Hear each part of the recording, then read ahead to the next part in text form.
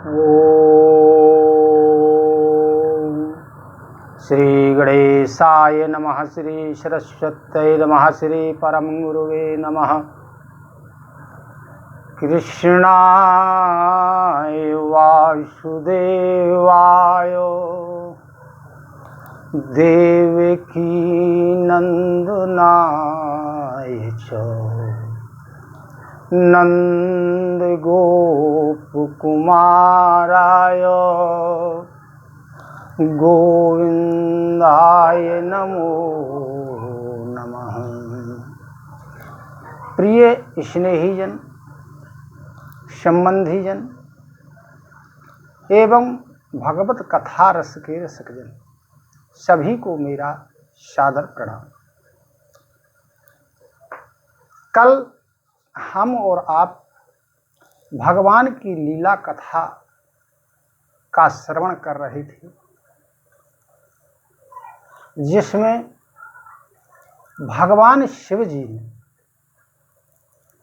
अपना तीसरा नेत्र खोल करके कामदेव को भस्म कर दिया। अब जब कामदेव भस्म हो जाता है तब क्या होता है? हाहाकार भयो जग भारी, डरे पेशुर भय असुर सुखारी।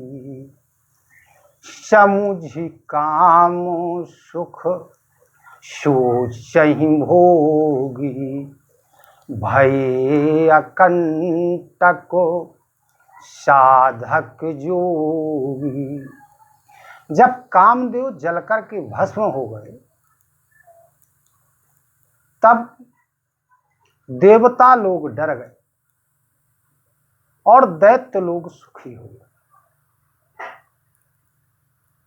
जो भोगी लोग थे वो काम के सुख का चिंतन करके दुखी हो गए कि अब कामदेव ही नहीं रहा, और जो योगी लोग थे जिन्हें काम से क्षोभ उत्पन्न हो गया था वो सुखी हो गए। सारे संसार में हाहाकार मच गया।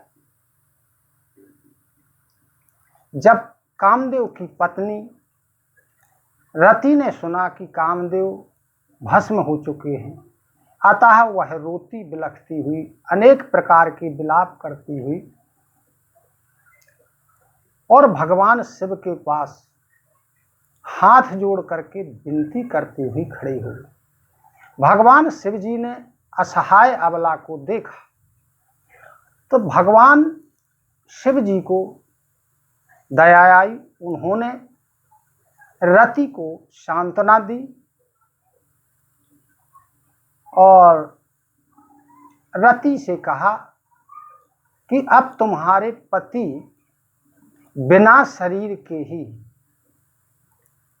सभी को प्रभावित करेंगे। आज से इनका नाम अनंग होगा। जब द्वापर में भगवान श्री कृष्ण इस पृथ्वी का भार हरण करने के लिए यदुवंश में अवतार ग्रहण करेंगे, तब उनके पुत्र प्रद्युम्न आपके पति होंगे। कृष्ण तनय हो यही पति तोरा, बचन था जाई न मोरा। गोस्वामी तुलसीदास जी कहते हैं कि अब मैं आगे की कथा कहता हूं। यहां तक शिव जी ने काम को जला दिया, अब मैं आगे की कथा कहता हूं। जब समस्त देवताओं ने सुना कि कामदेव जल के भस्म हो चुके हैं, तब सभी देवता लोग ब्रह्मा जी के पास ब्रह्मलोक पहुंचे। ब्रह्मा जी को साथ लिया, फिर विष्णु लोक को भगवान विष्णु के पास पहुंचे। भगवान विष्णु को साथ लेकर के सभी लोग शिव जी के पास आए। अब शिव जी के पास गए, सभी ने शिव जी की अलग अलग प्रशंसा की। फिर अब शिव जी क्या कहते हैं कि बोले कृपा सिंधु वृष के तू, कहु अमरो आए के हेतु। देवताओं से शिव जी बोले कि आप लोग किस कार्य से आए हुए, आने का कारण क्या है। तब ब्रह्मा जी ने श्री शिव जी से कहा कि पार्वती तपो कीन्हु अपारा, करहु तासु अवो अंगीकारा। ब्रह्मा जी ने बताया कि पार्वती जी का जन्म हो गया है, अवतार ग्रहण कर लिया है, और सभी देवता, हम लोग सभी लोग आपका विवाह देखना चाहते, ऐसा मन में सबके उत्साह है। जब भगवान शिव ने कहा कि ऐसा ही होगा, तब सभी देवता लोग प्रसन्न हो गए। आकाश से फूलों की वर्षा होने लगी और जय हो की ध्वनि के साथ नगाड़े बजने लगे, बाजे बजने लगे। शुभ अवसर जान करके, अच्छा अवसर जान करके उसी समय सप्त ऋषि वहां पधारते। ब्रह्मा जी ने सप्त ऋषियों से कहा कि आप लोग हिमवंत जी के यहाँ जाइए और हिमवंत जी को सारी कथा सुनाइए। सप्तऋषि हिमवंत जी के यहाँ जाते हैं। सबसे पहले वो माता पार्वती जी के भवन में पहुंचते और माता पार्वती जी से छल से सनी हुई वाणी, यानी विनोद युक्त वाणी से बोले कि आपने नारद जी का कहना मान करके और शिव जी से विवाह करने का प्रण किया। अब शिव जी ने काम को जला दिया है, अब आप का प्रण पूरा नहीं होगा। तब सप्त ऋषियों के ऐसे वचनों को सुन करके और सती जी सप्त ऋषियों से कहती हैं, सुनी बोली मुसु काई भवानी, उचित कहो मुनि वर विज्ञानी। तुम्हेरे जानो काम अब जारा, अब लगी शंभु रहे सविकारा। पार्वती जी सप्त ऋषियों से कहती हैं, मुस्कुरा करके कहती हैं कि हे मुनिवर, आप लोग तो विज्ञानी हैं, आपने उचित ही कहा है। आप लोगों की समझ से शिव जी ने काम को अभी जलाया है। अभी तक शिव जी विकार युक्त रहे, अतः कामासक्त रहे।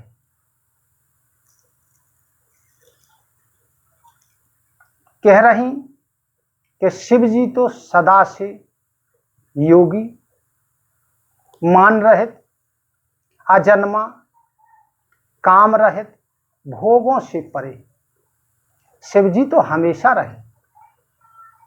आप लोग आज कह रहे कि आज शिव जी ने काम को जलाया है। यदि मैंने शिव जी को योगी, अजन्मा, अनिद्य, काम से रहित मान करके मन, वचन और कर्म के साथ यदि शिव जी की सेवा की है, आराधना की है, तो शिव जी बड़े दयालु हैं, मेरे ऊपर कृपा करेंगे और मेरा प्रण अवश्य पूरा होगा, यानी मेरा शिव जी के साथ विवाह अवश्य होगा। तब जो है सप्तऋषि माता पार्वती जी को प्रणाम करते हैं और उसके बाद हेमवंत जी के भवन में पधारते हैं। हेमवंत जी ने जो है ब्राह्मणों को बुलवाया। ब्राह्मणों को बुलवा कर उन्होंने सुदिन सुनखतो सुघरी सुचाई बेग वेद विधि लगन धराई। राजा हिमांचल जी ने ब्राह्मणों को बुलवाकर सुंदर दिन, सुंदर नक्षत्र और सुंदर घड़ी का शोधन करवा करके वेद की विधि के अनुसार और लग्न पत्र का लिखवाए। लग्न पत्र का लिखवा करके सप्तऋषियों को दी। सप्तऋषि वह लग्न पत्र का ले जा करके वहां पहुंचे ब्रह्मा आदि देवताओं के पास। ब्रह्मा जी ने लग्न पत्रिका सबको बांच के सुनाई कि किस दिन बारात जाएगी, कब विवाह होगा। तब विवाह का समय, विवाह की तिथि निश्चित होने पर सारे देवता बारात के लिए वाहन आदि अपने तैयार करने लगे।